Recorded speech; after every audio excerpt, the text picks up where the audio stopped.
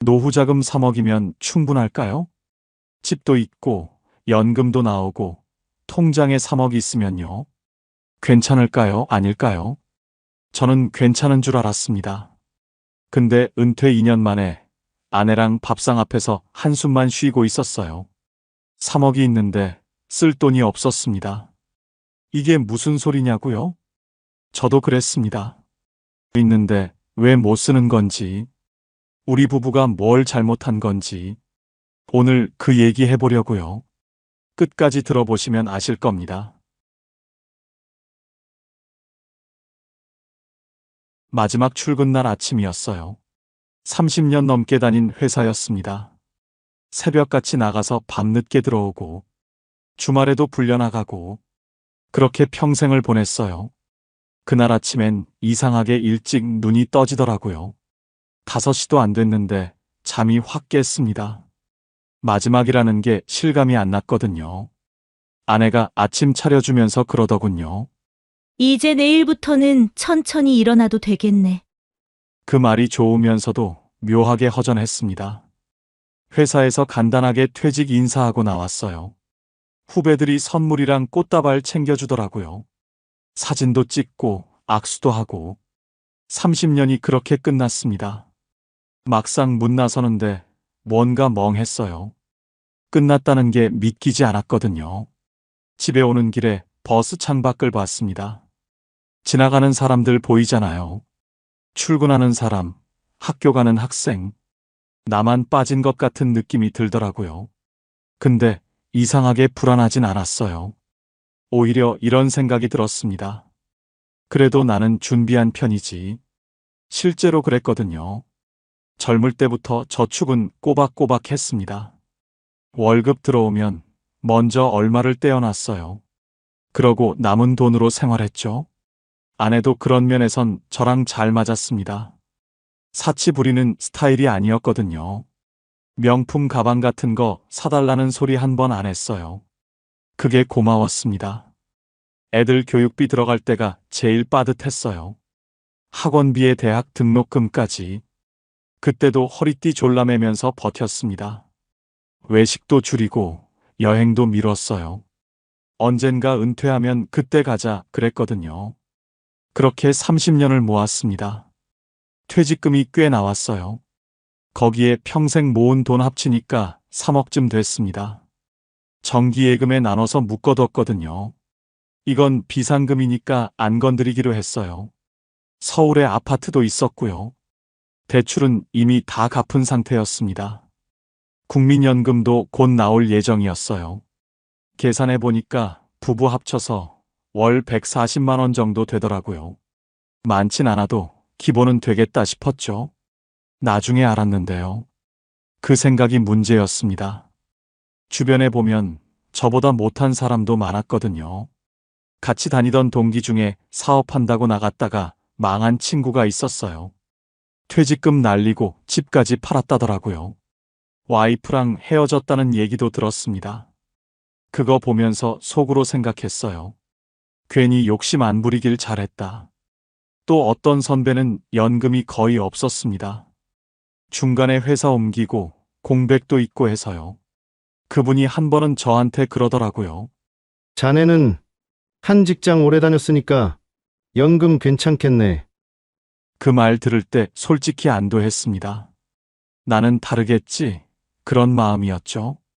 교만이었어요. 근데 그땐 정말 몰랐습니다. 퇴직하고 첫 달은 참 좋았어요. 아침에 늦잠 자도 되잖아요. 알람 없이 눈 떠지면 일어나고. 그게 얼마나 행복하던지요. 아내랑 오랜만에 근처 공원도 산책했습니다. 커피 한 잔 사들고 벤치에 앉아 있으면요.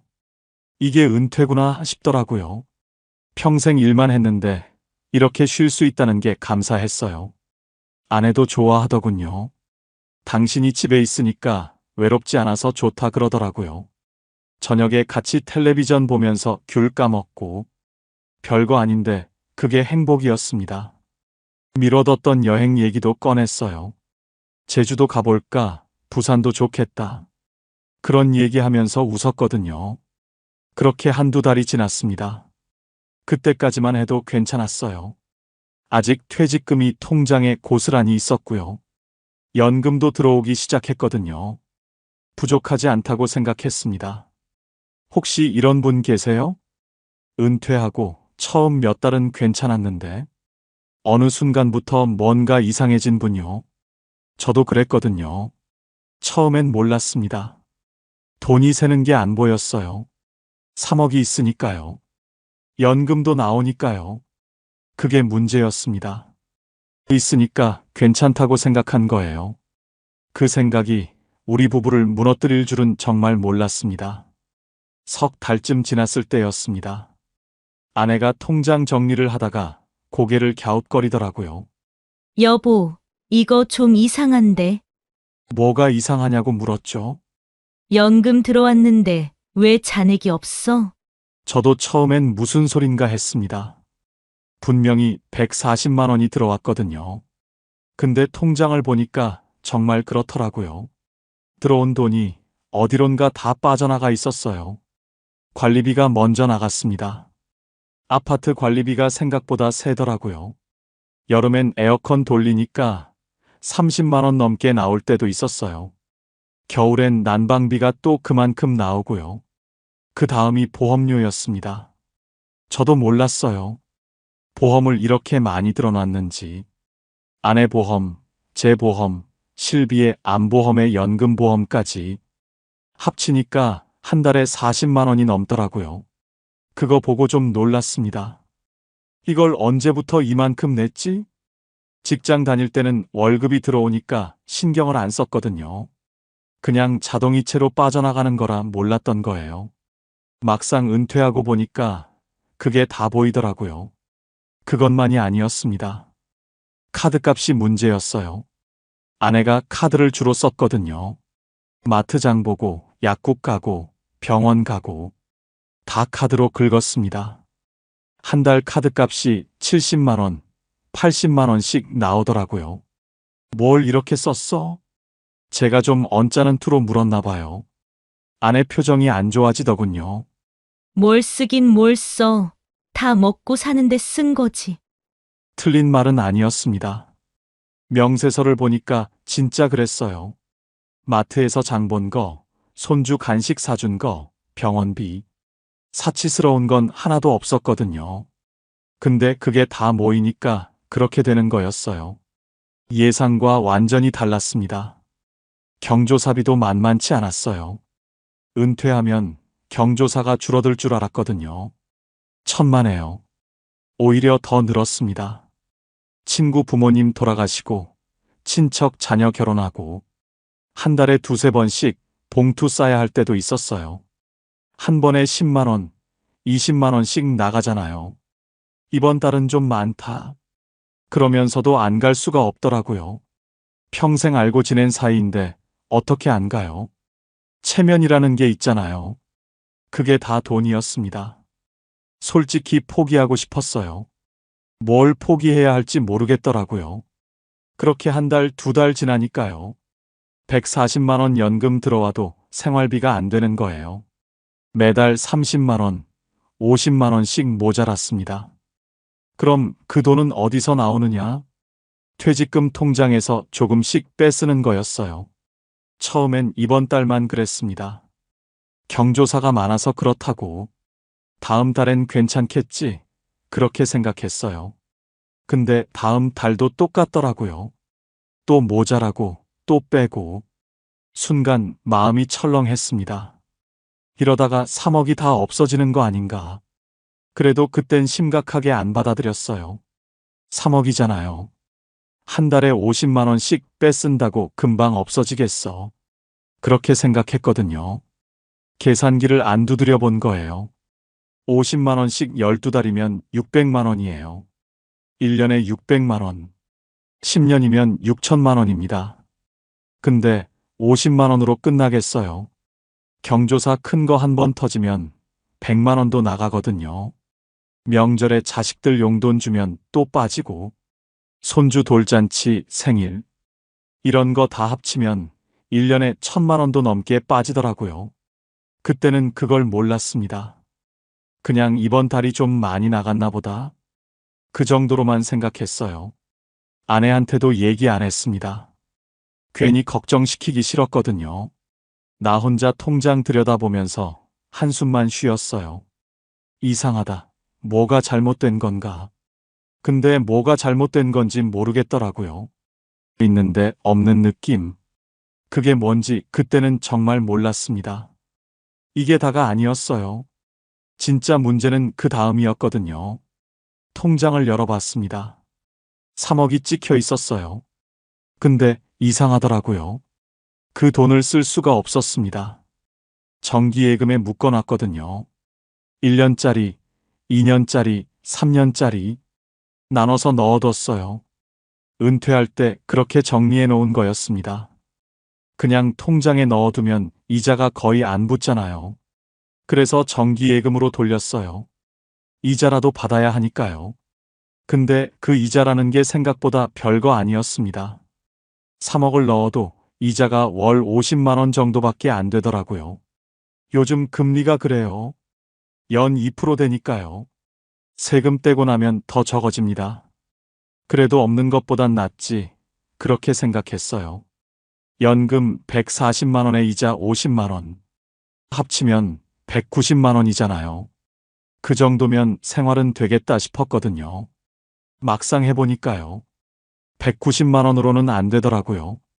관리비 빠지고 보험료 빠지고 통신비에 카드값까지 나가면 남는 게 없었어요. 오히려 모자랐습니다. 그럼 이자를 쓰면 되지 않느냐고요. 그게 또 안 됐어요. 이자가 만기 때 한꺼번에 나오거든요. 중간에 빼려면 해지를 해야 합니다. 중도 해지하면 이자가 다 날아가요. 1년 묶어둔 거 깨면 이자 0.1%도 안 줘요. 그동안 묵혀둔 게 의미가 없어지는 거죠. 그래서 못 건드렸습니다.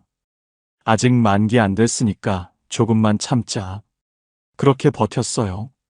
그리고 이 돈은 비상금이기도 했거든요. 아내랑 약속한 거였습니다. 이건 진짜 큰일 났을 때만 쓰자고요. 병원비가 크게 나온다거나, 갑자기 수술해야 한다거나, 그런 상황 아니면 안 건드리기로 했어요. 나이 들면 언제 무슨 일이 생길지 모르잖아요. 그때 쓸 돈은 남겨둬야 한다고 생각했습니다. 그러니까 3억이 있어도 없는 거였어요. 쓸 수 있는 돈이 아니었거든요. 집은 어땠느냐고요? 집이 있으면 되는 거 아니냐고 생각하실 수 있어요. 서울 아파트니까요. 팔면 몇 억은 되잖아요. 저도 처음엔 그랬습니다. 집이 있으니까 최악의 경우엔 팔면 되지. 그렇게 생각했어요. 근데 막상 닥치니까 그게 아니더라고요. 집 팔면 어디서 살아요? 전세 가면 되지 않느냐고요. 서울 전세가 만만합니까? 요즘 전세 사기도 많잖아요. 그리고 이 나이에 이사를 간다고요. 30년 넘게 살던 동네인데 병원도 여기가 익숙하고 마트도 어디 있는지 다 알고 있어요. 아는 사람도 다 여기 있습니다. 그걸 다 버리고 낯선 데로 가야 해요. 생각만 해도 막막했습니다. 영목이지라는 것도 알아봤어요. 집 담보로 매달 돈 받는 거요. 근데 선뜻 손이 안 가더라고요. 내 집인데 은행한테 넘기는 느낌이랄까요. 그리고 그거 받으면 나중에 자식한테 남길 게 없어요. 자식들한테 뭘 바라는 건 아닙니다. 근데 그래도 집 한 채 정도는 남겨주고 싶었어요. 그게 부모 마음이잖아요. 아내도 같은 생각이었습니다. 그것만은 하지 말자 그러더라고요. 그러니까 집도 못 팔고 영목이지도 못하고 있는데 없는 거였어요. 그때 진짜 이런 생각이 들었습니다. 나는 부자인 건가, 가난한 건가. 통장엔 3억이 있고, 내 이름으로 된 아파트도 있고, 근데 매달 쓸 수 있는 돈은 190만 원 뿐이었어요. 그것도 다 나가면 남는 게 없었습니다. 뭔가 잘못된 건 알겠는데요. 뭘 어떻게 해야 할지 모르겠더라고요. 밤에 잠이 안 왔습니다. 누워서 천장만 보면서 계산했어요. 이 돈이면 몇 년 버틸 수 있나? 계산할수록 불안해졌습니다. 아무리 해도 답이 안 나왔거든요. 여기서 끝이 아니었어요. 진짜 힘든 건 그 다음이었습니다. 아내 표정이 달라지기 시작했습니다. 처음엔 저도 몰랐어요. 밥 먹을 때 말이 좀 줄었나, 그 정도였거든요. 근데 시간이 지나니까 확실히 느껴지더라고요. 뭔가 불편한 게 있구나. 그게 뭔지는 말 안 해도 알았습니다. 돈이었어요. 어느 날 장 보고 와서 아내가 한숨을 쉬더라고요. 냉장고에 뭘 넣다가 한참을 서 있었어요. 무슨 일이냐고 물었습니다. 대답이 없었어요. 그냥 고개만 저으면서 방으로 들어가더라고요. 그때부터였던 것 같아요. 밥상 앞에서 대화가 없어진 게. 예전엔 안 그랬거든요. 밥 먹으면서 이런저런 얘기했습니다. 텔레비전에 뭐 나온다? 날씨가 어떻다? 별거 아닌 얘기들이요. 근데 그게 어느 순간부터 없어졌어요. 밥 먹는 소리만 나더라고요. 저도 말을 안 하게 됐습니다. 뭔가 꺼내면 돈 얘기가 될 것 같았거든요. 그게 싫었어요. 작은 것도 눈치가 보이기 시작했습니다. 아내가 마트 갔다 오면 영수증을 슬쩍 보게 되더라고요. 얼마 썼나, 뭘 샀나? 예전엔 그런 적 없었거든요. 그냥 알아서 하는 거니까 신경 안 썼어요. 근데 이젠 자꾸 눈이 가더라고요. 그러다 한 번은 제가 실수를 했습니다. 카드값 명세서 보다가 그만 말이 나왔어요. 이번 달 왜 이렇게 많이 나왔어? 순간 아내 얼굴이 굳더라고요. 그러더니 이러더군요. 당신은 내가 뭘 펑펑 쓰는 줄 알아? 아니, 그런 뜻이 아니었어요. 그냥 물어본 거였거든요. 근데 아내는 그렇게 안 들은 거죠. 그날 저녁 내내 말이 없었습니다. 저도 사과를 못했어요. 내가 뭘 잘못했나 그런 생각이 들었거든요. 지금 생각하면 그게 아니었어요. 아내도 힘들었던 거였습니다. 나름대로 아끼면서 살고 있었던 거예요. 근데 남편이 그걸 지적하니까 서운했던 거죠. 나도 모르게 상처를 준 거였습니다. 그 뒤로 더 불편해졌어요. 경조사 얘기만 나오면 신경이 곤두섰습니다. 누가 결혼한다. 누가 돌아가셨다. 그런 얘기 들으면 먼저 드는 생각이 있었어요. 또 돈 나가겠구나. 안 갈 수도 없잖아요. 평생 알고 지낸 사람들인데. 근데 갈 때마다 10만 원, 20만 원씩 나가니까요. 한 달에 두세 번씩 있으면 그것만 50만 원이에요. 제가 한 번은 이랬습니다. 이번 건 안 가면 안 되나? 아내가 한참을 쳐다보더군요. 아무 말도 안 하고요. 그 눈빛이 아직도 기억나요. 실망한 눈이었습니다. 평생 같이 살면서 그런 눈 처음 봤어요. 결국 그 경조사는 갔습니다. 근데 가는 내내 마음이 불편했어요. 아내도 저도 말이 없었거든요. 돈 때문에 사이가 이렇게 되는구나. 그때 처음 느꼈습니다. 밤에 누워서 아내 등을 봤어요. 돌아 누워서 자더라고요. 예전엔 안 그랬거든요. 마주보고 얘기하다 잠들 때도 많았어요. 근데 언제부터인가 등을 돌리고 자게 됐습니다. 손 한번 잡아보려다가 그만뒀어요. 괜히 더 어색해질 것 같았거든요. 천장을 보면서 생각했습니다. 우리가 왜 이렇게 됐을까? 30년 넘게 같이 살았어요. 힘든 일도 많았지만 다 버텼거든요. 애들 키울 때, 시댁 문제 있을 때, 다 함께 넘겼습니다. 근데 은퇴하고 나니까 이렇게 됐어요. 돈 때문에. 그게 제일 비참했습니다. 없어서 싸우는 것도 아니었거든요. 있는데 못 쓰니까 싸우는 거였어요. 3억이 있는데, 집도 있는데, 그 돈 때문에 부부 사이가 이렇게 되다니. 아이러니하더라고요. 그때 깨달았습니다. 돈이 없는 게 문제가 아니었어요. 돈을 어떻게 써야 하는지 모르는 게 문제였습니다. 준비만 했지 쓰는 연습을 안 한 거였어요. 근데 깨달았다고 바로 해결되는 건 아니었습니다. 상황은 점점 더 나빠지고 있었거든요. 버틸 수 있을 줄 알았습니다. 만기까지만 참으면 되니까요. 1년짜리는 곧 만기되고 그때 이자 받으면 좀 나아지겠지. 그렇게 생각했어요. 근데 현실은 안 기다려주더라고요. 그달 경조사가 3번이나 있었습니다. 친척 결혼에 동창 부친상까지. 거기다 보험료 연납 할인받으려고 1년치를 한꺼번에 냈거든요. 그게 겹치니까 190만 원으로는 어림도 없었어요. 100만 원 넘게 모자랐습니다. 통장을 들여다봤어요. 생활비 통장엔 20만 원 남짓 있었습니다. 카드값 결제일은 다가오고 있었고요. 어떻게 해야 하나 며칠을 고민했어요. 결국 그 돈을 건드렸습니다. 정기예금이요.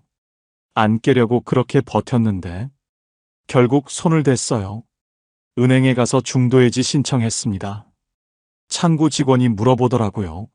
만기까지 3개월 남았는데 괜찮으시겠냐고. 지금 해지하면 이자가 거의 안 붙는다고요. 알고 있었습니다. 근데 어쩔 수 없었어요. 당장 이번 달을 넘겨야 하니까요. 1년 가까이 묶어둔 돈이었거든요. 이자가 제법 붙었을 거였습니다.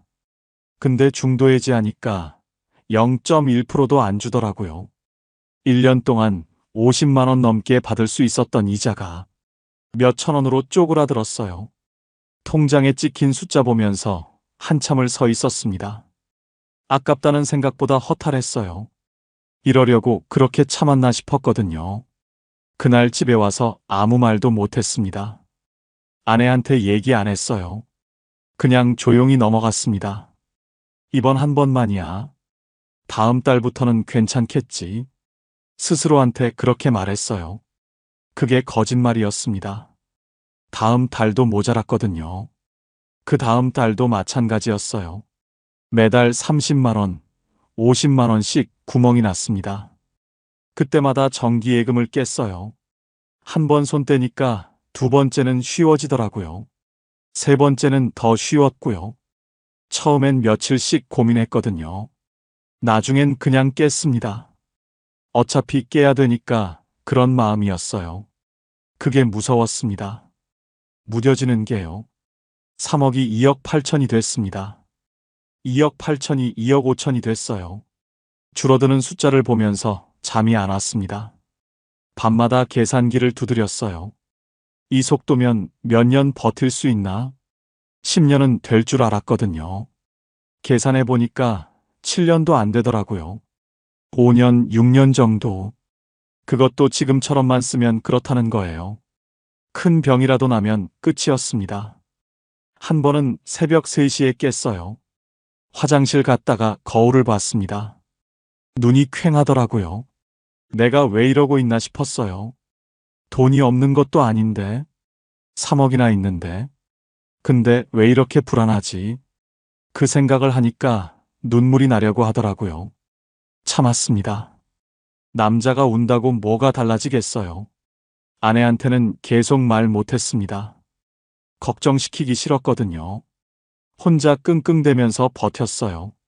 근데 언제까지 숨길 수 있겠어요? 어느 날 아내가 통장 정리를 하다가 물었습니다. 여보, 이 통장 잔액이 왜 이래? 심장이 철렁했어요. 들킨 거였습니다. 아무 말도 못했어요. 뭐라고 해야 할지 모르겠더라고요. 아내가 한참을 쳐다봤습니다. 화를 낼 줄 알았어요.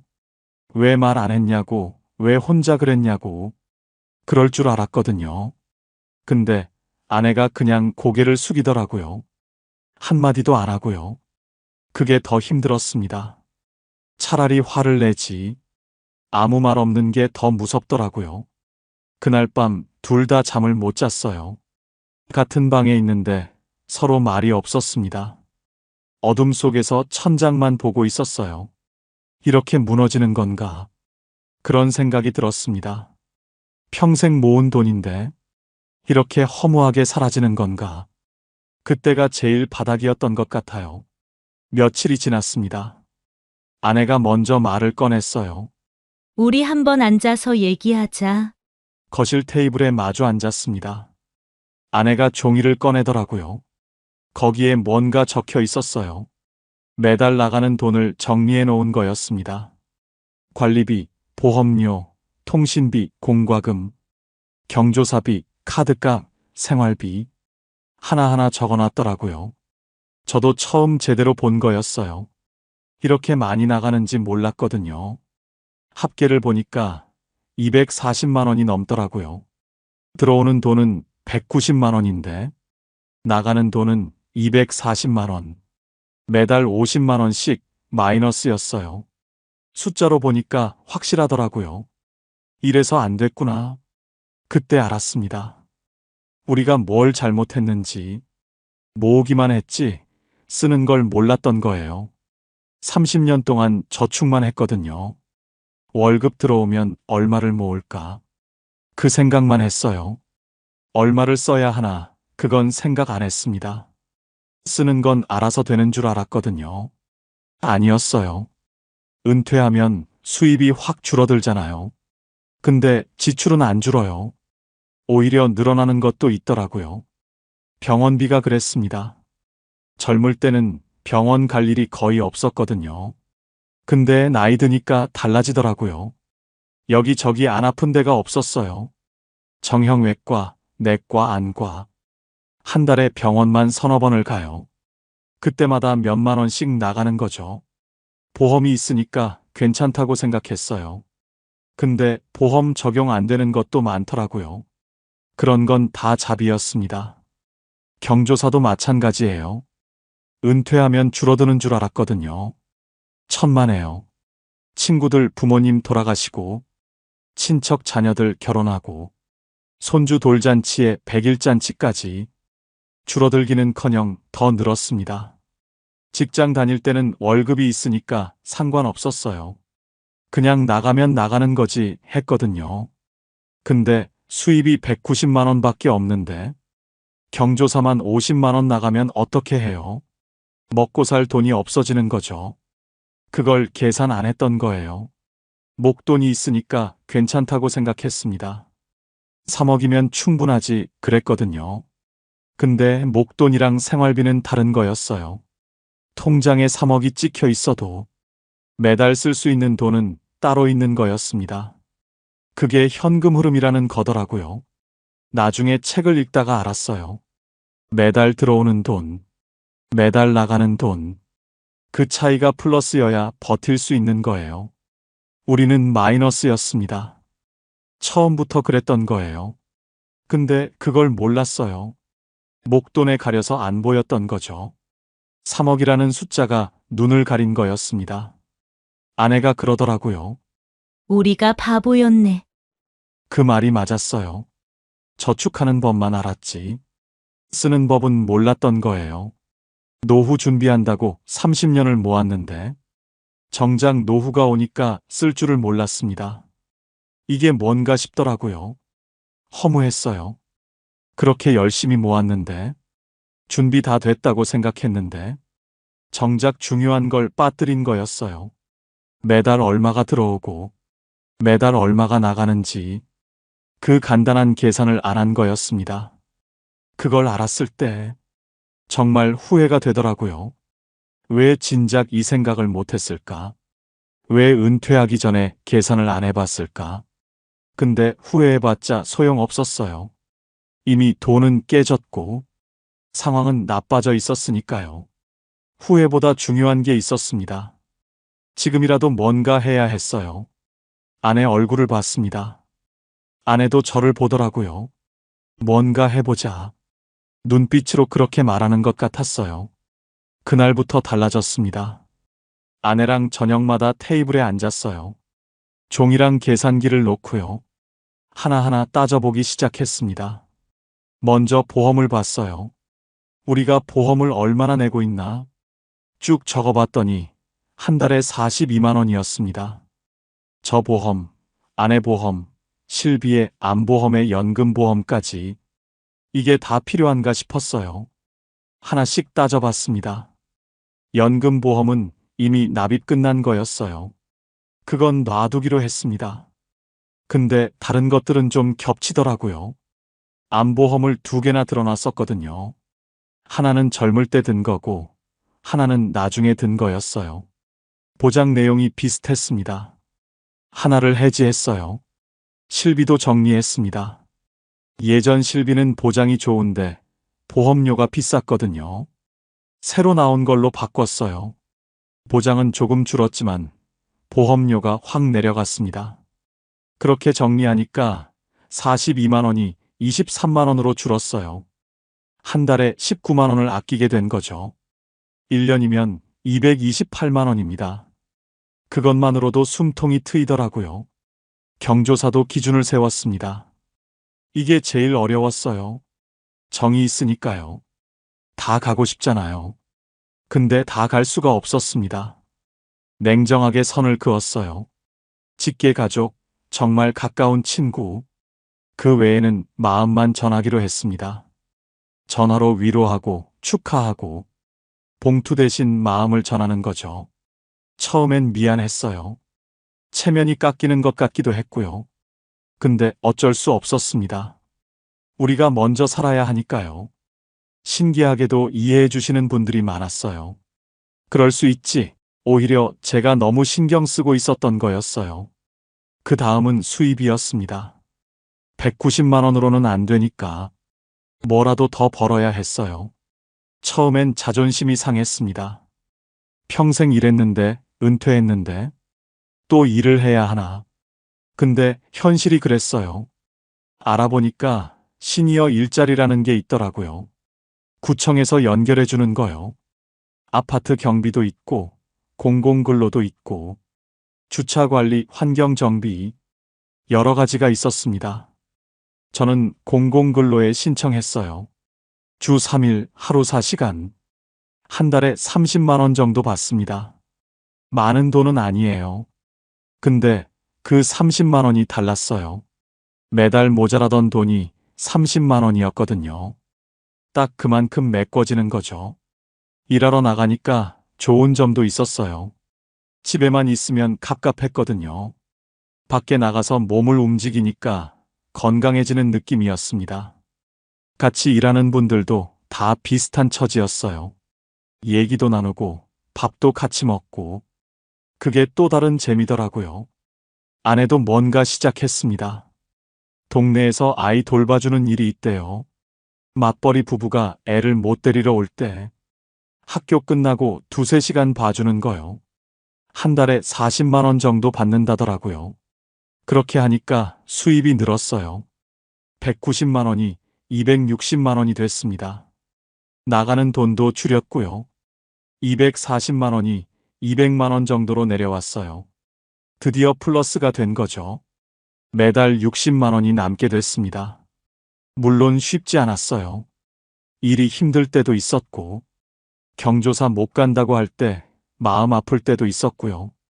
근데 달랐습니다. 예전처럼 불안하지 않았어요. 매달 얼마가 들어오고 나가는지 아니까요. 그게 제일 중요한 거였습니다. 숫자가 보이니까 마음이 편해졌어요. 아내랑 밥상 앞에서 다시 얘기하게 됐습니다. 오늘 뭐 했어? 누구 만났어? 그런 대화가 돌아왔어요. 돈 때문에 틀어졌던 게 돈을 정리하니까 풀리더라고요. 참 아이러니했습니다. 완전히 해결된 건 아닙니다. 솔직히 말씀드릴게요. 3억이 2억 3천만 원으로 줄었어요. 7천만 원이 사라진 거죠. 그 돈 생각하면 아직도 아깝습니다. 진작 정신 차렸으면 안 깨도 됐을 돈이에요. 근데 후회만 하고 있을 수는 없잖아요. 지금 할 수 있는 걸 해야죠. 요즘 우리 부부는 매달 가계부를 씁니다. 대단한 거 아니에요. 노트에 그냥 적는 거예요. 이번 달 들어온 돈 얼마, 나간 돈 얼마, 남은 돈 얼마. 그거 세 줄이면 됩니다. 예전엔 이것도 안 했어요. 통장에 돈이 있으니까 됐지, 그랬거든요. 그게 문제였습니다. 지금은 달라요. 매달 1일에 아내랑 앉아서 정리합니다.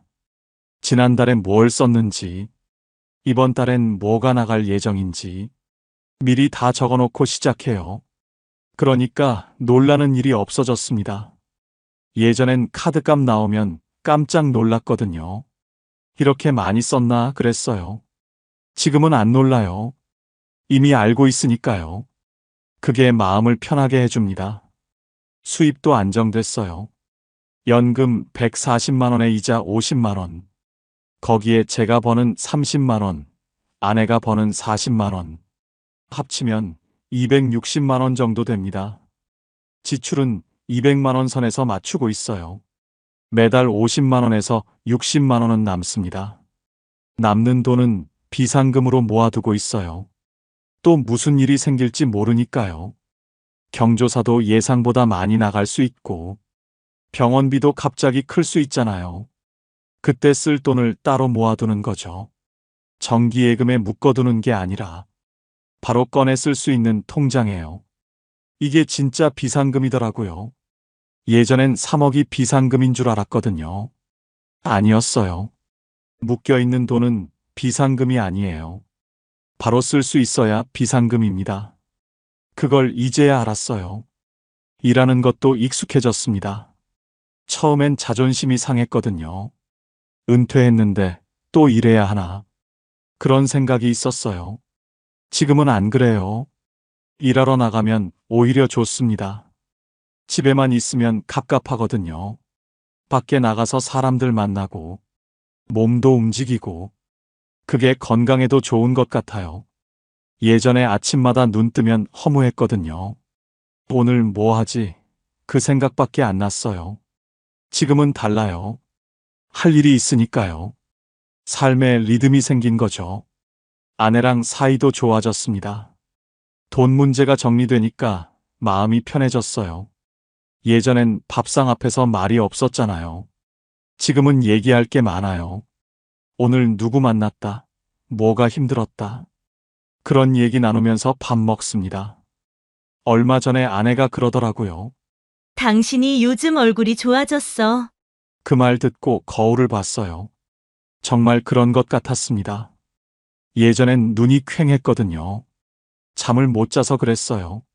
지금은 잠을 잘 잡니다. 불안하지 않으니까요. 돈이 늘어서가 아니에요.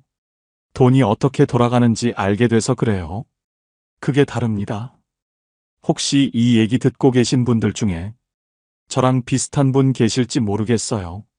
집도 있고 목돈도 있고 연금도 나오는데 왜 이렇게 불안하지? 그런 분요. 한번 계산해 보세요. 매달 들어오는 돈이 얼마인지, 매달 나가는 돈이 얼마인지, 그 차이가 플러스인지 마이너스인지, 그거 하나만 알아도 달라집니다. 통장에 얼마가 있느냐가 중요한 게 아니에요. 매달 현금이 어떻게 도는지가 중요합니다. 저희도 늦었어요. 7천만 원이나 깨고 나서야 정신 차렸으니까요. 근데 그때라도 알아서 다행이라고 생각해요. 아직 2억이 넘게 남았으니까요. 더 늦었으면 어떻게 됐을지 모릅니다. 지금 우리 부부는 괜찮아요. 넉넉하진 않습니다. 근데 불안하지도 않아요. 그 정도면 된 거죠. 노후가 이런 거구나. 이제야 알 것 같습니다. 오늘 긴 얘기 들어주셨어요. 돌이켜보면 참 바보 같았습니다. 3억이 있으니까 괜찮다고 생각했거든요. 집도 있고 연금도 나오고 뭐가 문제겠어 그랬어요. 근데 막상 살아보니까 아니더라고요. 있는데 없는 느낌. 그게 뭔지 이제는 알아요. 매달 쓸 수 있는 돈이 없었던 거였습니다. 통장 잔고가 중요한 게 아니었어요. 매달 들어오고 나가는 돈. 그게 맞아야 하는 거였습니다. 저희는 그걸 몰랐어요. 7천만 원을 깨고 나서야 알았습니다. 비싼 수업료였죠. 혹시 지금 이 얘기 듣고 계신 분 중에 저랑 비슷한 분 계실지 모르겠어요. 목돈은 있는데 왜 불안하지? 연금 나오는데 왜 모자라지? 그런 생각 드시는 분요. 한번 적어보세요. 매달 들어오는 돈, 매달 나가는 돈. 그거 두 줄이면 됩니다. 그 차이가 보이면 달라져요. 저희도 그랬거든요. 숫자가 보이니까 마음이 편해졌어요. 뭘 어떻게 해야 하는지 알게 됐고요. 늦었다고 생각 안 하셨으면 좋겠어요. 저희도 늦었거든요. 근데 그때라도 알아서 다행이었습니다. 지금은 괜찮으니까요. 오늘 얘기가 조금이라도 도움이 됐으면 좋겠습니다. 비슷한 고민 있으신 분들, 주변에 이런 분 계시면 한번 보여주셔도 좋을 것 같아요. 다음에도 도움되는 이야기로 찾아올게요. 구독하고 좋아요 눌러주시면 큰 힘이 됩니다. 감사합니다. 봄날 이야기였습니다. 70대 부부가 한 달에 150만 원으로 살 수 있을까요? 저희 부부가 지금 그렇게 살고 있어요. 올해로 4년째예요. 한 달 147만 원. 국민연금이랑 기초연금 합쳐서 그게 다예요. 월 350만 원 넘게 쓰던 사람이 어떻게 여기까지 왔냐고요? 되긴 돼요. 근데 아무나 되는 건 아니에요. 어떻게 350에서 150으로 떨어졌는지, 그 돈으로 4년을 어떻게 살았는지, 오늘 솔직하게 다 말씀드릴게요. 4년 전 일이에요. 그날도 평소처럼 새벽 5시에 일어났어요. 바깥은 아직 어두웠고요. 아내는 옆에서 자고 있었어요. 최대한 소리 안 나게 이불 걷고 일어났죠. 세수하고 밥 먹고 작업복 입고 40 넘게 해온 루틴이라 몸이 알아서 움직이더라고요. 공장 출근해서 기계 점검하고 후배들 작업 봐주고 점심때 구내식당에서 밥 먹고 오후엔 용접 작업 들어가고 그러다가 허리를 숙였는데요. 안 펴지는 거예요. 순간 뭔가 뚝 끊어지는 느낌이 났어요. 식은땀이 막 나더라고요. 숨을 쉬어도 허리가 욱신거리고 일어서려고 하면 다리에 힘이 안 들어가고 후배가 뛰어와서 부축해줬어요. 괜찮다고 했죠. 근데 괜찮지 않았어요. 그날 조퇴하고 병원 갔어요. MRI 찍고 결과 기다리는데 손이 떨리더라고요. 대기실 의자가 딱딱해서 허리가 더 아팠어요. 앉았다 일어섰다를 반복했어요. 68이면 언제 어디가 아파도 이상하지 않은 나이잖아요. 머리로는 알았어요. 근데 막상 내 몸에 그게 오니까 받아들이기가 쉽지 않더라고요. 의사 선생님이 사진 보여주면서 디스크가 많이 나와 있다고 했어요. 이러다 신경 눌리면 수술해야 한다고요. 당분간 무거운 거 들지 말고 허리 쓰는 일은 피하라고요. 그 말이 무슨 뜻인지 바로 알았어요. 일 그만두라는 거잖아요. 집에 오는 버스 안에서 창밖만 봤어요. 아무 생각도 안 나더라고요. 창밖에 뭐가 지나가는지도 몰랐어요. 그냥 멍하니 앉아 있었어요. 아내한테 뭐라고 말해야 하나. 그 생각만 빙빙 돌았어요. 생각해보면 조짐은 있었어요. 한 달 전부터 아침에 일어나면 허리가 뻣뻣했거든요. 근데 움직이면 풀리니까 그냥 넘겼죠. 일주일 전엔 왼쪽 다리가 저렸어요. 밤에 잘 때 쥐가 나기도 했고요. 그것도 피곤해서 그런가 보다 했어요. 몸이 계속 신호를 보냈던 거예요. 근데 저는 그걸 다 무시했어요. 일해야 하니까, 돈 벌어야 하니까, 쉴 수가 없었어요. 저녁 7시쯤 집에 도착했어요. 평소보다 2시간은 일찍 온 거였거든요. 현관문 열자마자 저녁 냄새가 났어요. 아내가 부엌에서 국 끓이고 있었어요. 이상하다는 표정으로 쳐다보더라고요. 얼굴이 안 좋아 보였나 봐요. 밥상 앞에 앉아서 한참을 뜸 들이다가 말했어요. 나 이제 일 못할 것 같아. 아내가 젓가락을 내려놓더라고요. 아무 말도 안 했어요. 그냥 저를 보기만 하는데 그 눈빛이 아직도 잊히질 않아요. 놀란 것도 있었고 걱정도 있었고 근데 원망 같은 건 없었어요. 오히려 그동안 고생했다는 표정이었어요. 그게 더 마음이 아프더라고요. 미안하더라고요. 아내가 괜찮다고 연금 나오잖아 그러더라고요. 맞아요. 국민연금 나오고 있었고요. 기초연금도 받고 있었어요. 당장 굶어 죽을 일은 없었죠. 근데요. 그게 위로가 안 되더라고요. 40살에 이 일 시작해서 62살에 정년퇴직하고 바로 재취업해서 6년을 더 일했어요. 28년을 이 기술로 밥 먹고 살았는데 평생 일만 했는데 몸이 먼저 그만두더라고요. 내 의지로 은퇴하는 게 아니라 몸이 더는 못하겠다고 손들어 버리니까 그게 얼마나 비참한지 겪어보신 분은 아실 거예요. 그날 밤 12시가 넘도록 잠이 안 왔어요. 아내는 옆에서 벌써 자고 있었고요. 저만 천장 보면서 머릿속으로 계산기를 두드렸어요. 월급 220만 원이 없어지면, 연금만 남으면 우리 둘이 과연 살 수 있을까? 아무리 계산해도 숫자가 안 맞더라고요. 어디선가 모자랐어요. 그때는 몰랐습니다. 이게 시작이었다는 걸. 진짜 힘든 건 그 다음이었어요. 가만히 누워 있으니까 옛날 생각이 나더라고요. 일하던 시절이요. 저는 62살에 정년퇴직했어요. 40년 가까이 다니던 회사였어요. 마지막 날 후배들이 꽃다발 들고 와서 인사하더라고요. 눈물은 안 났어요. 근데 회사 정문 나서는데 다리가 무겁더라고요. 뒤돌아보고 싶었는데 안 봤어요. 보면 눈물 날 것 같았거든요. 집에 와서 일주일을 아무것도 안 했어요. TV 보고, 낮잠 자고, 또 TV 보고. 사흘째 되니까 미치겠더라고요. 평생 새벽 5시에 일어나던 사람이 갑자기 할 일이 없으니까 몸이 어떻게 해야 할지를 모르는 거예요. 손이 허전하고 시간이 안 가더라고요. 아내가 그러더라고요. 당신 그렇게 집에만 있으면 빨리 늙는다고.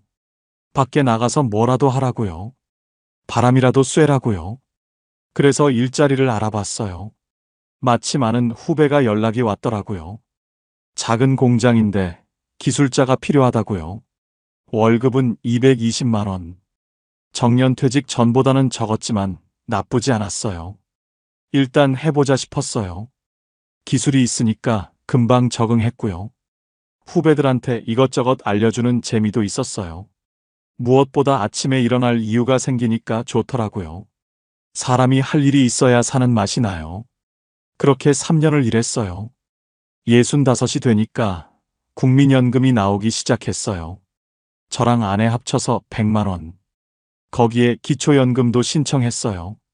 근데 기초연금이 생각보다 적게 나오더라고요. 부부가 같이 받으면 감액이 된다고 하더라고요. 국민연금 받는 사람도 깎인다고 하고요. 복잡하더라고요. 둘이 합쳐서 35만 원 정도 나왔어요. 그래도 불만은 없었어요. 월급 220에 연금 135 더하면 355만 원이었거든요. 그때가 제일 좋았어요. 돈도 있고 몸도 됐으니까요. 매달 월급날이면 아내한테 용돈 줬어요. 얼마 안 되는 돈이었지만 아내가 좋아하더라고요. 본인 마음대로 쓸 수 있는 돈이 생기니까요. 화장품도 사고 친구들 만나서 밥도 먹고. 그러는 아내 보면 저도 기분이 좋았어요. 한 달에 한두 번은 외식도 했어요.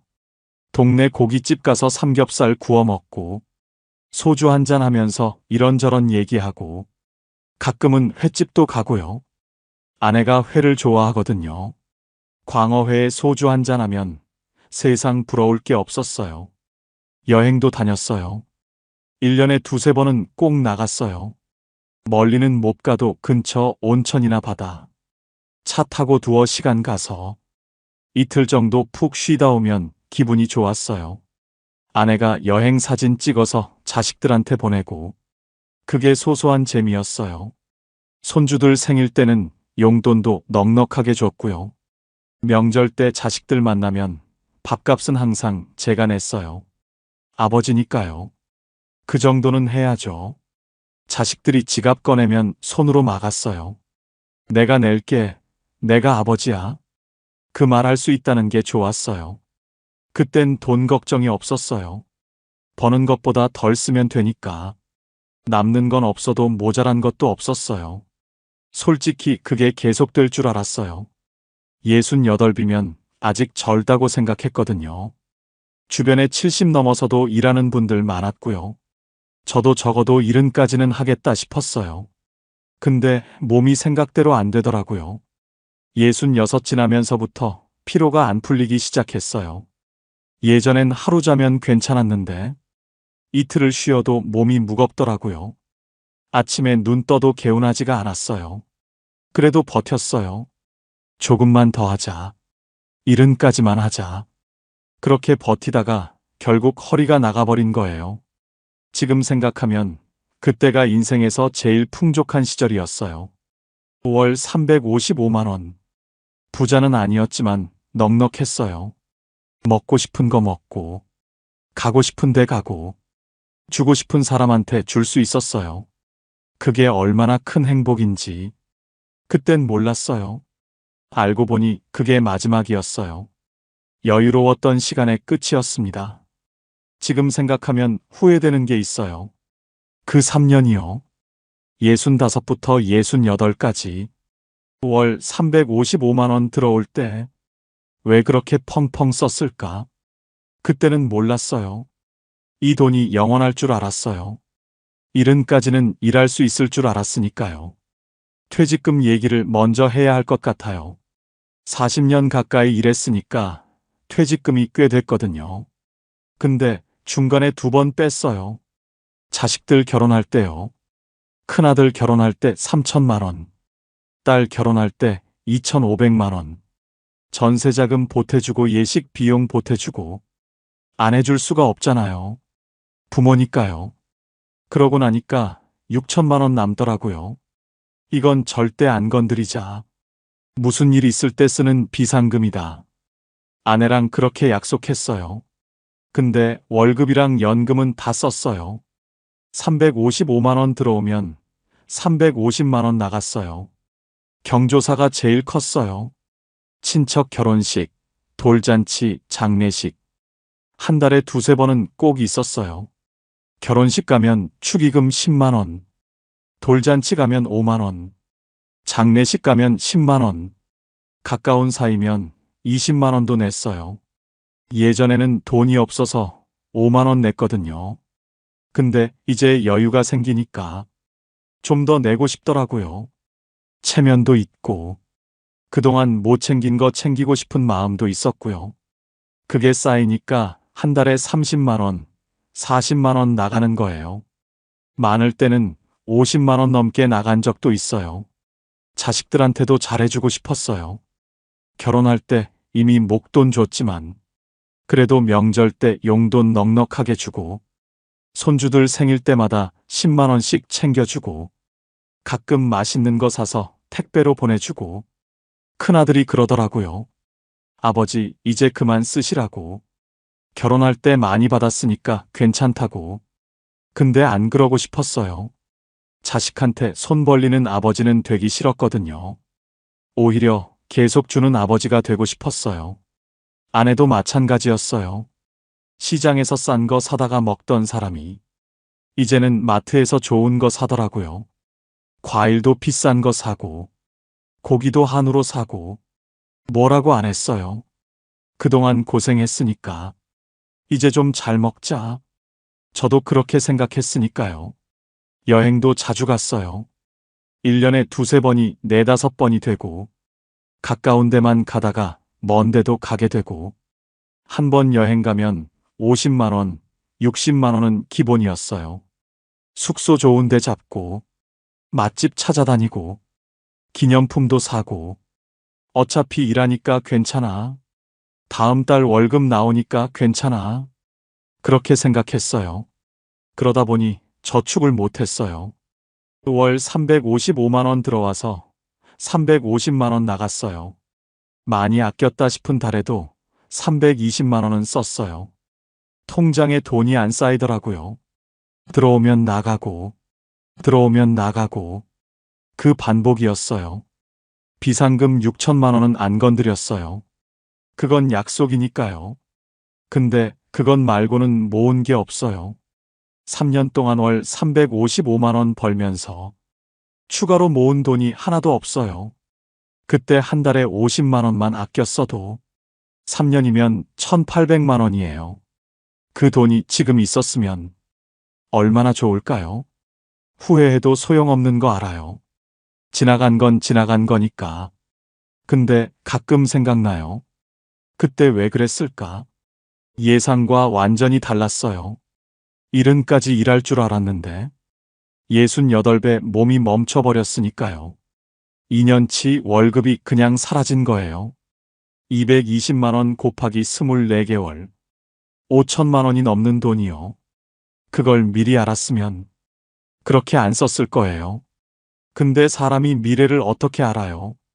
그때 조금만 아꼈으면 지금 이렇게 빠듯할까? 그 생각이 자꾸 들어요. 일 그만두고 첫 달이었어요. 매달 25일이 월급날이었거든요. 그날은 아침부터 이상하더라고요. 알람이 안 울렸어요. 당연하죠. 출근 안 하니까 알람을 꺼놨으니까요. 눈 떠보니까 9시였어요. 아내는 이미 일어나서 거실에 있었고요. 저만 늦잠 잔 거예요. 40년 넘게 새벽 5시에 일어나던 사람이 9시까지 자니까 오히려 찝찝하더라고요. 몸은 편한데 마음이 불편했어요. 그날 오후에 통장을 확인했어요. 습관처럼요. 매달 25일엔 월급이 들어오니까. 근데 숫자가 이상한 거예요. 220만 원이 없었어요. 국민연금 75만 원. 아내 국민연금 25만 원. 기초연금은 아직 안 들어왔고요. 합쳐서 100만 원이었어요. 아, 진짜 끝났구나. 그제야 실감이 나더라고요. 며칠 뒤에 기초연금이 들어왔어요. 근데 예전보다 많이 들어온 거예요. 35만 원 받던 게 47만 원이 됐더라고요. 나중에 알아보니까요. 일할 때는 소득이 있어서 기초연금이 깎였던 거예요. 일 그만두니까 소득이 없어지잖아요. 그래서 원래 금액으로 올라온 거더라고요. 그래봤자 12만 원 차이예요. 월급 220만 원 없어진 거에 비하면 아무것도 아니었어요. 국민연금 100만 원, 기초연금 47만 원, 합쳐서 147만 원. 이게 다였어요. 이 돈으로 한 달을 살아야 하는 거예요. 처음엔 숫자가 안 와닿더라고요. 147만 원이 얼마나 적은 건지 머리로는 아는데 몸이 모르는 느낌이었어요. 그래서 계산을 해봤어요. 한 달에 뭐가 나가나? 관리비가 8만 원. 저희 아파트가 크지 않거든요. 지방이라 그래도 싼 편이에요. 전기세, 가스비, 수도세 합쳐서 10만 원. 통신비 7만 원. 아내랑 저 핸드폰이랑 인터넷이요. 건강보험료 8만 원. 이것만 해도 33만 원이에요. 고정 지출만 33만 원. 147만 원에서 33만 원 빼면 114만 원. 이 돈으로 밥 먹고 병원 다니고 생활해야 하는 거예요. 한 달이 30일이잖아요. 114만 원 나누기 30일. 하루에 3만 8천 원이에요. 두 사람이 하루 3만 8천 원으로 살아야 해요. 밥 세 끼 먹고, 약 사고, 생필품 사고, 경조사 나가고, 다 해결해야 해요. 근데 잠깐, 작년에 한 달에 얼마 썼지? 통장 내역을 쭉 봤어요.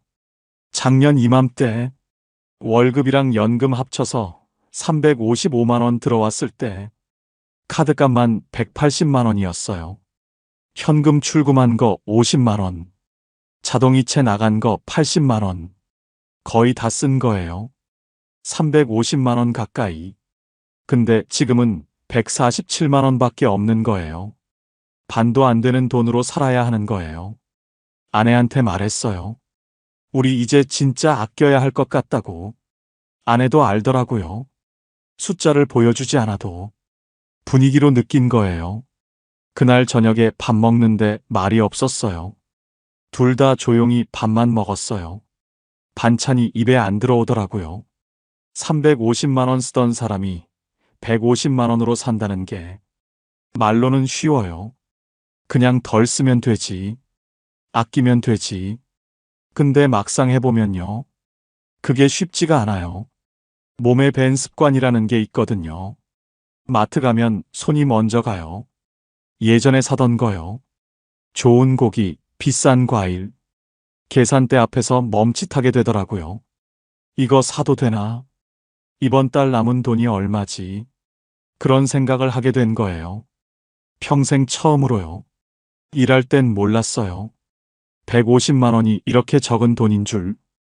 이 돈으로 한 달을 산다는 게 이렇게 막막한 건 줄. 그때서야 알았어요. 진짜 싸움은 이제부터라는 걸. 일 그만두고 첫 달. 저는 바보같이 예전처럼 살았어요. 습관이라는 게 무서운 겁니다. 몸에 배어버리면 안 바뀌거든요. 마트 가면 손이 알아서 움직이더라고요. 예전에 사던 거 그대로 집었죠. 한우 사고, 비싼 과일 사고, 아내가 좋아하는 간식도 샀어요. 외식도 했습니다. 그 달에만 5번은 나갔을 거예요. 배달도 시켜 먹었고요. 예전에 늘 그랬으니까. 친구들 모임도 나갔어요.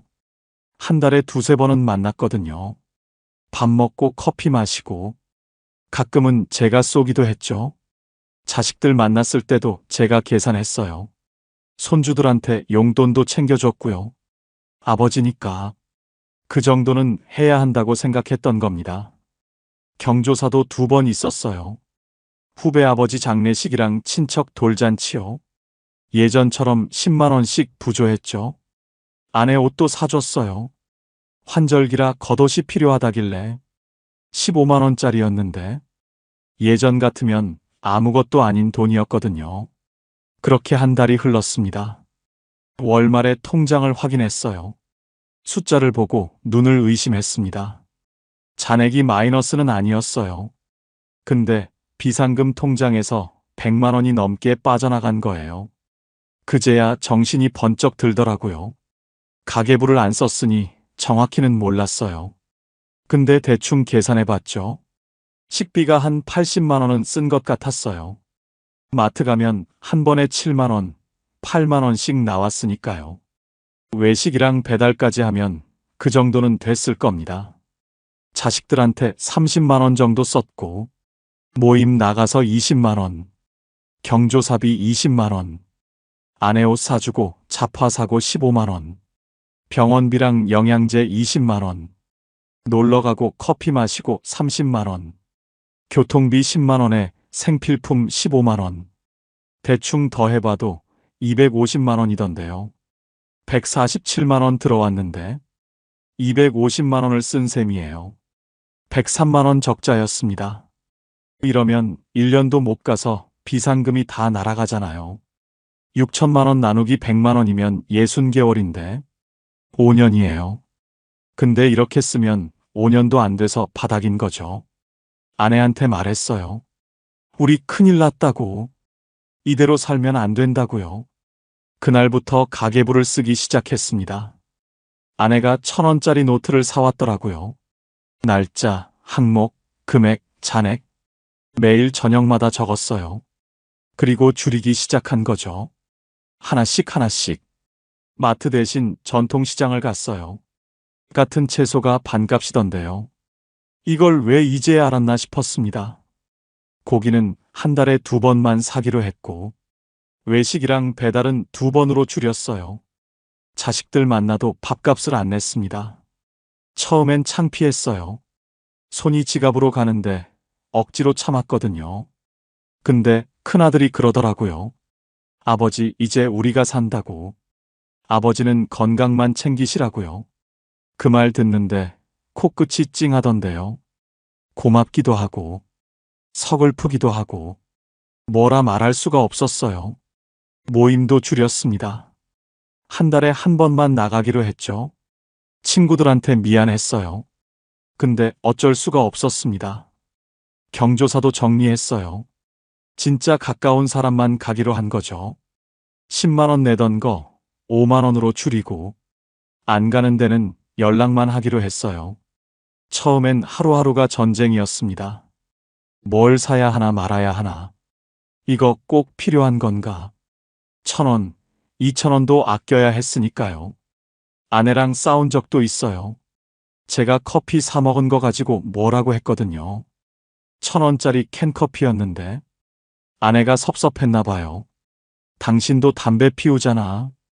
나한테만 그러지 말라던데요. 맞는 말이었어요. 그날 밤 둘 다 말이 없었습니다. 각자 등 돌리고 잤죠. 다음 날 아내가 먼저 말을 꺼냈어요. 우리 싸우지 말자고. 돈 없는 거 서로 탓해봤자 뭐 하냐고요. 같이 아끼자고 했습니다. 6개월쯤 지나니까요. 150만 원 안에 겨우 맞출 수 있게 됐어요. 적자 안 내는 법을 배운 거죠. 근데요, 맞춘다고 여유로운 게 아닙니다. 항상 빠듯해요. 10,000원 쓸 때도 10번을 생각하게 되더라고요. 가계부 펼치면 한숨부터 나옵니다. 4년째 그래요. 익숙해지긴 했는데 편해지진 않더라고요. 비상금 6천만 원. 이 돈은 절대 안 건드리기로 했어요. 아내랑 약속한 거였거든요. 무슨 일이 있어도 이건 손대지 말자고. 진짜 큰일 났을 때만 쓰자고요. 그 약속을 지키기가 쉽지 않았습니다. 147만 원으로 살다 보면 유혹이 오거든요. 이번 달만 조금 쓰면 안 될까? 50만 원만 빼서 쓰면 편할 텐데. 그런 생각이 자꾸 들었어요. 근데 안 썼습니다. 이를 악물고 안 썼어요. 왜냐면 이 돈이 없어지면 진짜 끝이거든요. 작년 일이에요. 그날 아내가 갑자기 쓰러졌어요. 아침에 일어나더니 허리를 잡고 주저앉는 거예요. 얼굴이 새하얘지면서 식은땀을 흘리더라고요. 말도 제대로 못했어요. 숨을 헐떡거리면서 아프다고만 했죠. 119에 전화했습니다. 손이 떨려서 번호 누르기도 힘들었어요. 구급차 올 때까지 10분이 얼마나 길던지. 아내 손잡고 괜찮다고 했는데 제 목소리가 더 떨리더라고요. 병원 응급실로 갔어요. 검사하고 MRI 찍고 허리 디스크가 터졌다고 했습니다. 수술해야 한다고요. 의사 선생님이 설명해 주시는데 귀에 하나도 안 들어왔어요. 수술이라는 말만 맴돌았습니다. 수술은 잘 됐어요. 다행이었죠. 근데 문제는 그 다음이었습니다. 수술비가 180만 원 나왔어요. 입원비가 150만 원. 검사비랑 약값이랑 이것저것 해서 총 380만 원이 청구된 거예요. 눈앞이 캄캄했습니다. 147만 원 버는 사람한테 380만 원이 어떤 돈인지 아세요? 2달 반치 수입이에요. 그 돈을 한 번에 내야 하는 거였어요. 다행히 실비보험이 있었어요. 20년 넘게 넣은 보험이었거든요. 보험금 청구했더니 300만 원 정도 나왔습니다. 그래도 80만 원은 내야 했어요. 거기에 간병비도 들었고, 병원 오갈 때 택시비도 들었고, 환자식 사다 나르고 이것저것 하다 보니 총 150만 원 가까이 나간 거예요.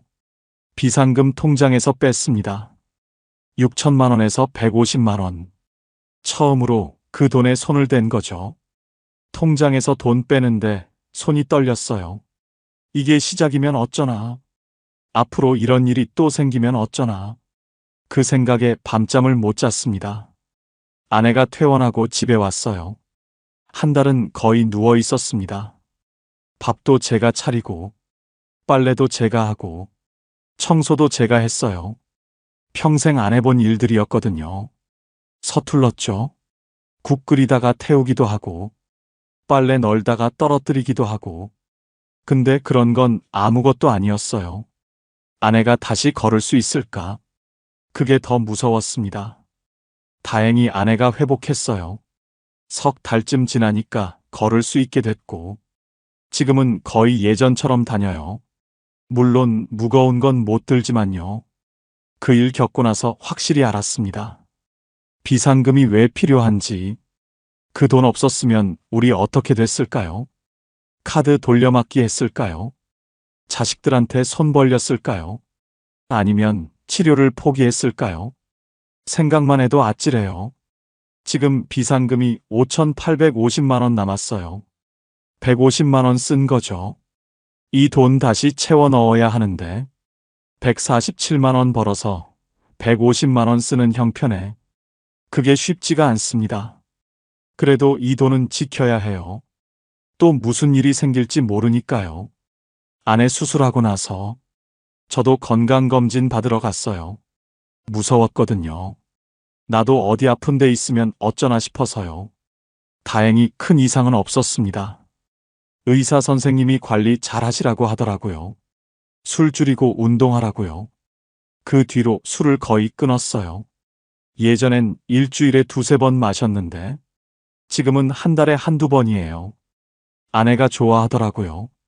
운동도 시작했습니다. 아침마다 동네 한 바퀴 걸어요. 30분 정도. 처음엔 힘들었는데 지금은 안 하면 허전해요. 건강이 재산이라는 말. 예전엔 그냥 그런가 보다 했거든요. 근데 지금은 뼈저리게 느껴요. 아프면 돈이 나가요. 돈이 나가면 불안해지고, 불안해지면 또 아파요. 그 돈 없었으면 우린 그날로 끝이었어요. 올해로 4년 차예요. 147만 원으로 사는 게요. 처음엔 하루하루가 전쟁이었거든요. 근데 지금은 좀 달라졌어요. 적응이 됐다고 해야 하나. 이게 일상이 돼버린 거죠. 요즘 하루가 어떻게 흘러가냐면요. 아침 6시쯤 눈이 떠져요. 알람 안 맞춰도 그 시간에 깨더라고요. 몸에 배어버린 거죠. 일어나서 세수하고 가벼운 옷 입고 동네 한 바퀴 걸어요. 공원 한 바퀴 도는데 30분 정도 걸리거든요. 아침 공기 마시면서 천천히 걷습니다. 산책 나가면 아는 얼굴들이 있어요. 다 동네 어르신들이에요. 인사하고 잠깐 얘기하고 별거 아닌 것 같은데 그게 좋더라고요. 집에 오면 아침 먹어요. 아내가 차려놓은 밥 먹고 뉴스 좀 보고 설거지는 제가 합니다. 요즘은 그 정도는 해요. 오전엔 복지관에 가요. 걸어서 15분 거리거든요. 거기서 바둑도 두고 탁구도 치고 가끔 건강 강좌 같은 것도 들어요. 다 무료예요. 거기서 친구도 생겼습니다. 김 선생이라고. 저보다 2살 많은 분인데 퇴직하고 혼자 사시거든요. 일주일에 두세 번 만나서 바둑 둬요. 실력은 둘 다 고만고만한데 지면 분하고 이기면 기분 좋고 그게 재미있더라고요. 점심은 집에 와서 먹어요. 아내랑 둘이 마주 앉아서. 대단한 거 아니에요. 국에 밥 말아서 먹을 때도 있고 라면 끓여 먹을 때도 있고 오후엔 도서관 가요. 복지관 옆에 작은 도서관이 있거든요. 신문 읽고 책 읽고 조용히 앉아 있으면 시간이 금방 가더라고요. 저녁 5시쯤 집에 와요. 아내가 저녁 준비하고 있으면 저는 옆에서 돕거든요. 마늘 까거나 파 썰거나 그런 거요. 밥 먹고 뉴스 보고 9시쯤 되면 슬슬 졸려요. 10시 전에 자는 날도 많습니다. 이게 제 하루예요. 특별한 거 하나도 없죠. 근데 불행하지 않아요. 아, 그리고 자식들이 용돈을 줘요. 아들이 20만 원, 딸이 20만 원. 매달 통장에 넣어주더라고요. 고마운 일이죠. 처음엔 안 받으려고 했는데 자기들도 이제 벌잖아요. 부모님 드리는 거니까 받으시라고 하더라고요. 그래서 받긴 받는데 이 돈은 안 써요. 따로 모아두고 있습니다. 한 달에 40만 원씩. 1년이면 480만 원이에요. 비상금 채우려고요. 아내 수술할 때 150만 원 빠졌잖아요. 그거 다시 채워놓으려고 하는 거예요. 그래서 실제로 쓰는 돈은 여전히 147만 원이에요. 넉넉해진 건 아니고 그냥 안전장치가 하나 더 생긴 거죠. 사실 최후의 카드가 하나 더 있긴 해요. 주택연금이요. 집이 1억 5천이니까 주택연금 신청하면 한 달에 40만 원 정도는 나올 거예요. 147만 원에 40만 원 더하면 187만 원이잖아요. 그 정도면 좀 숨통이 트이겠죠? 근데 아직은 안 하려고요. 집을 담보로 잡는 거니까. 죽을 때까지 여기서 살 수는 있지만 자식들한테 물려줄 건 없어지는 거잖아요. 그래서 진짜 힘들어지면 그때 하려고요. 최후의 카드로 남겨둔 거예요. 지금은 147만 원으로 버틸 수 있으니까. 아내랑 대화도 많아졌어요. 예전엔 바빠서 말할 시간이 없었거든요. 지금은 하루 종일 같이 있잖아요. 이런 얘기 저런 얘기 하게 되더라고요. 어제는 아내가 그러더라고요. 당신이랑 이렇게 오래 얘기한 거 결혼하고 처음인 것 같다고. 웃겼어요. 근데 맞는 말이었습니다. 40년 같이 살았는데 제대로 얘기한 건 2, 4년인 것 같아요. 돈이 많을 때보다 지금이 덜 불안해요. 이상하죠? 350만 원 쓸 때는 항상 뭔가 부족했거든요. 더 벌어야 하나? 더 모아야 하나? 그런 생각이 늘 있었어요. 지금은 147만 원 안에서 살면 되니까, 그 안에서만 맞추면 되니까, 오히려 단순해진 거예요. 물론 넉넉하진 않습니다. 빠듯한 건 사실이에요. 근데 이 정도면 살만해요. 버티는 거랑 사는 건 다르거든요. 저는 지금 버티는 게 아니라 살고 있어요. 4년 살아보니까 이제 좀 알겠어요. 150만 원으로 살 수 있냐고요. 되긴 돼요. 근데 아무나 되는 건 아닙니다. 저희가 이렇게 살 수 있는 이유가 있거든요. 3가지예요. 첫 번째는 자기 집이 있어서예요. 저희 아파트가 1억 5천짜리예요. 크지 않아요. 24평짜리 오래된 아파트거든요. 근데 이게 있으니까 살 수 있는 거예요. 월세가 없잖아요. 전세금 걱정도 없고 관리비 8만 원만 내면 되니까 주거비 부담이 확 줄어드는 거죠. 만약 월세 살았으면요. 지방이라도 30만 원은 나갈 거예요. 작은 데 살아도 그 정도는 하거든요. 147만 원에서 30만 원 나가면 117만 원 남는데 그 돈으로 두 사람이 한 달 살기는 솔직히 힘들었을 겁니다. 전세라고 해도 마찬가지예요. 전세금이 묶여 있으면 비상금이 없는 거잖아요. 무슨 일 생기면 답이 없어요. 자기 집이 있어야 돼요. 이건 진짜입니다. 두 번째는 비상금이 있어서예요. 저희가 퇴직금 6천만 원 모아뒀잖아요. 아내 수술할 때 150만 원 썼지만 아직 5,850만 원 남아 있거든요. 거기에 자식들 용돈 40만 원씩 모으고 있으니까 조금씩 다시 채워지고 있는 거죠. 이 돈이 없었으면요. 아내 수술비 어떻게 냈을까요? 카드 긁었을 거예요. 아니면 자식들한테 급하게 손 벌렸겠죠. 그러다 보면 악순환이에요.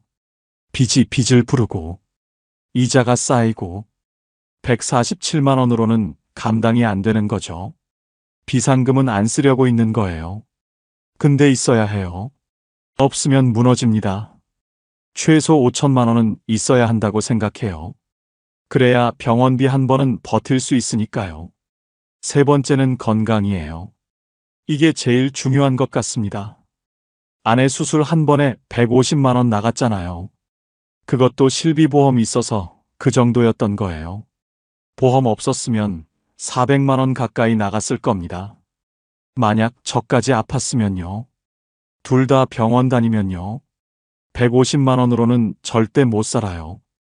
병원비가 무서운 게요. 한 번에 크게 나가는 것도 있지만 매달 조금씩 나가는 것도 있거든요. 저는 물리치료 받으러 다녀요. 한 달에 4만 원 정도 나가요. 아내도 골다공증 주사 맞으러 다니고 영양제도 이것저것 챙겨 먹고 둘이 합쳐서 의료비가 20만 원은 나가요. 그나마 이 정도인 게 다행인 거예요. 주변에 보면요. 당뇨 심한 분들 인슐린 맞고 투석하시는 분들도 있고 암 치료 받으시는 분들도 있어요. 그분들은 한 달에 의료비만 50만 원, 100만 원씩 나가요. 147만 원 받아서 100만 원 병원비 내면 47만 원으로 먹고 살아야 하는 거잖아요. 그게 가능할까요? 불가능하죠. 그래서 건강이 진짜 돈이에요. 아프면 돈이 나가고, 돈이 나가면 생활이 무너지고, 생활이 무너지면 스트레스 받아서 더 아파요. 운동해야 해요. 진짜 해야 합니다. 저도 처음엔 귀찮았거든요. 아침에 산책하는 거. 근데 이게 돈 버는 거더라고요. 병원비 아끼는 거예요. 이 3가지예요.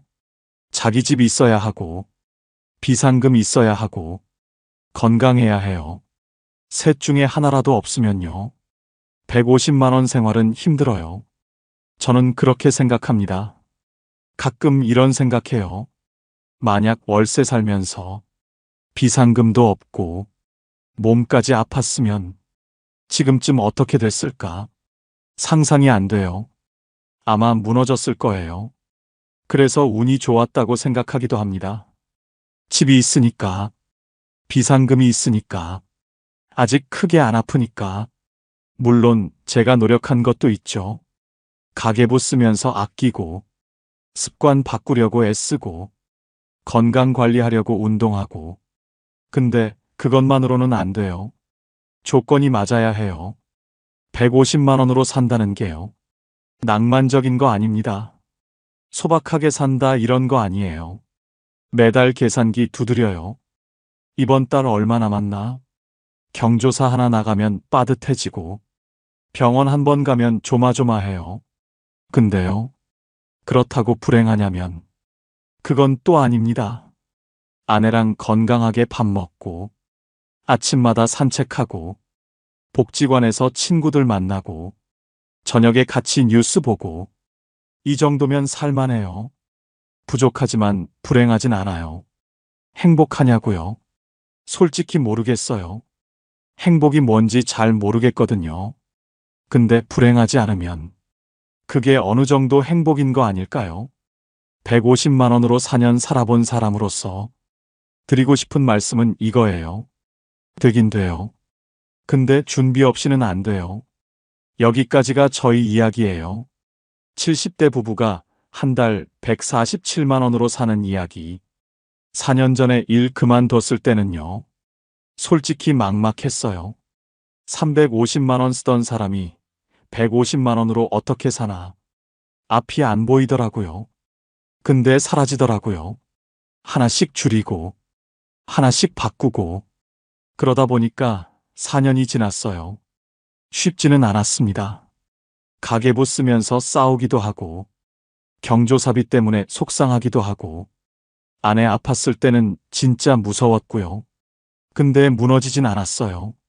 아직 살아있고, 아직 웃을 수 있고, 아직 내일이 있어요. 150만 원이 적은 돈인 건 맞아요. 넉넉하다고 말하면 거짓말이에요. 매달 빠듯하고 매달 계산해야 해요. 그래도요. 이 돈으로 살 수 있다는 걸 알았어요. 조건이 맞으면요. 준비가 되어 있으면요. 자기 집 있어야 하고, 비상금 있어야 하고, 건강해야 해요.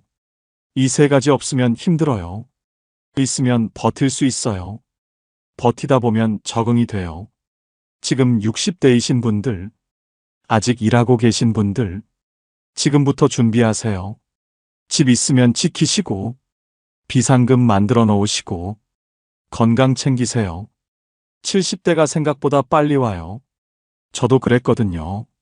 68까지 일할 줄 알았는데, 몸이 먼저 멈춰버렸잖아요. 준비 없이 오면 무너져요. 준비하고 오면 살 수 있어요. 저는 그렇게 살고 있습니다. 오늘 이야기가 도움이 되셨으면 좋겠어요. 긴 이야기 들어주셔서 감사합니다.